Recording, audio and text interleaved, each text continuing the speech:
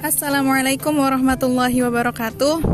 Kami, mahasiswi dari Universitas PTIK Jakarta, Fakultas Dakwah, Program Studi Manajemen Dakwah, semester 1, kelompok 1. Video ini kami buat untuk menyelesaikan salah satu ujian akhir semester mata kuliah Ulumul Quran dengan dosen pengampu Bapak Yasser Mudalubis LC.MAG. Kami dari kelompok 1 yang beranggotakan 5 orang bekerja sama dalam penyelesaian tugas dengan 6 poin materi. Di antaranya 1. Pengertian surah Makkiyah, 2. Pengertian surah Madaniyah, 3. Perbedaan surah Makkiyah dan Madaniyah, 4. Ciri-ciri surah Makkiyah, 5. Ciri-ciri surah Madaniyah, dan yang keenam, manfaat mengetahui surah Makkiyah dan Madaniyah. Sebelum kami masuk kepada pembahasan materi, izinkanlah kami untuk memperkenalkan diri.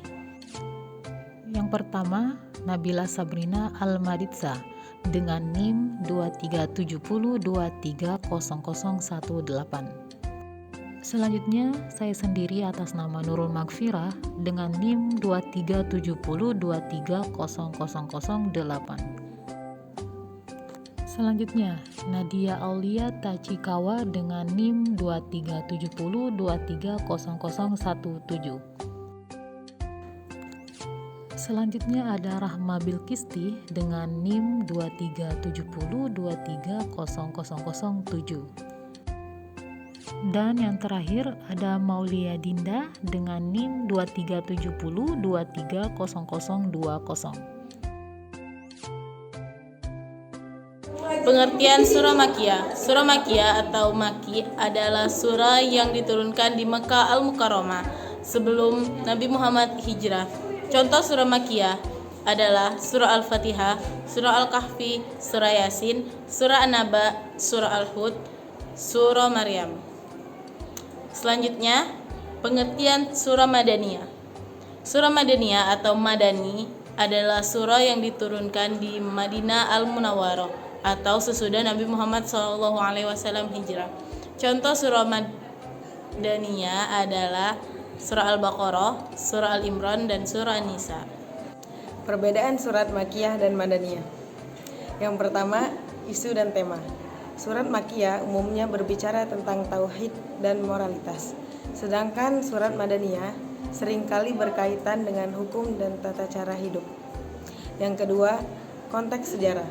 Surat Makkiyah diturunkan saat masa awal Islam di Mekah, sementara surat Madaniyah diturunkan saat Nabi Muhammad telah hijrah ke Madinah.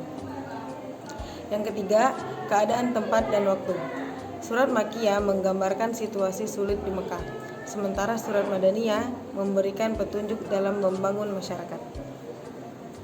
Ciri-ciri surah Makkiyah ada 6.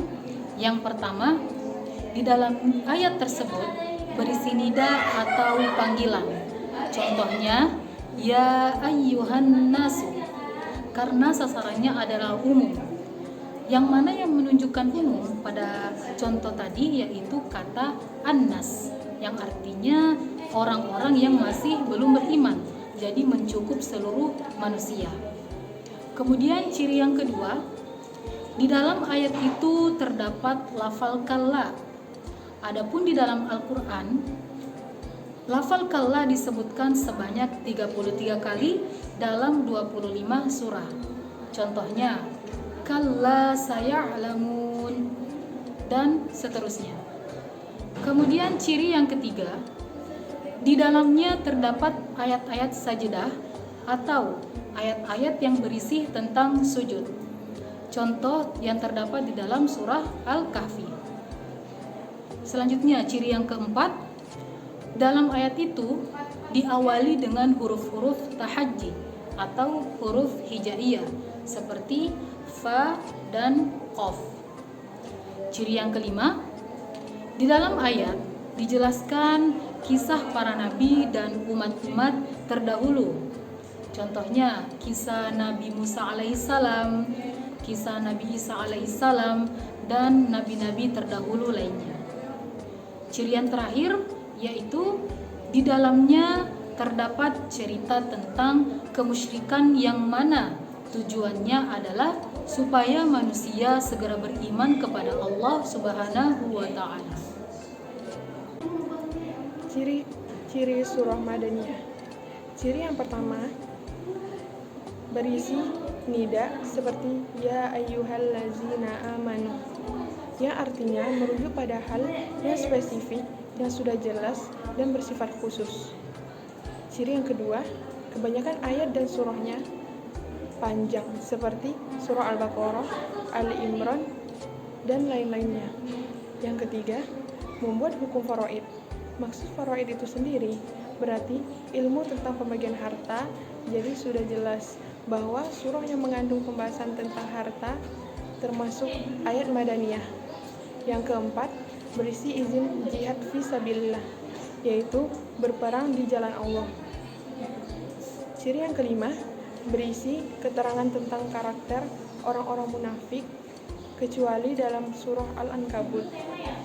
Ciri yang keenam, membuat hukum pidana atau hudud, atau dapat dikatakan dalam surah tersebut berisi tentang tindak pidana seperti mencuri, zina, mabuk, murtad, dan sebagainya, beserta hukum-hukumnya dalam agama Islam. Ciri yang ketujuh, hukum ibadah seperti peringatan sholat, puasa, zakat, dan haji.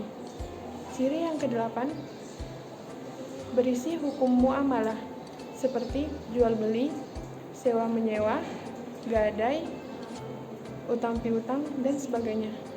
Ciri yang kesembilan, berisi hukum munakahat, baik mengenai nikah, cerai, rujuk, dan hadanah.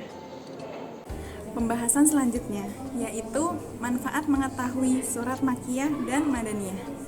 Yang pertama, bukti ketinggian bahasa Al-Quran.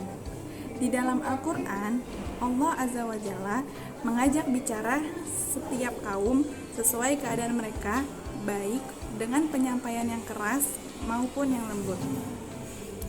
Jadi, Allah Azza wa Jalla membuktikan ketinggian bahasa Al-Quran, yaitu dengan cara mengajak bicara kaumnya sesuai keadaan mereka, baik penyampaian yang keras maupun yang lembut. Yang kedua, tampaknya hikmah pembuatan syariat ini. Hal tersebut sangat nyata, di mana Al-Quran turun secara berangsur-angsur dan bertahap sesuai keadaan umat pada masa itu dan kesiapan mereka di dalam menerima dan melaksanakan syariat yang telah diturunkannya. Yang ketiga, pendidikan terhadap para dai di jalan Allah Azza wa Jalla dan pengarahan bagi mereka agar mengikuti metode Al-Quran dalam tata cara penyampaian dan pemilihan tema, yakni memulai dari perkara yang paling penting serta menggunakan kekerasan dan kelembutan sesuai tempatnya. Yang keempat, pembeda antara nasikh atau hukum yang menghapus dengan mansukh atau hukum yang dihapus. Seandainya terdapat dua ayat, yaitu Madaniyah dan Makkiyah, yang keduanya memenuhi syarat-syarat nasikh atau penghapusan, maka ayat Madaniyah tersebut menjadi nasikh bagi ayat Makkiyah, karena ayat Madaniyah datang belakangan setelah ayat Makkiyah. Kesimpulan dari video kami bahwa mengetahui perbedaan antara surah Makkiyah dan Madaniyah akan membantu kita untuk lebih memahami konteks dan pesan yang terkandung dalam Al-Quran.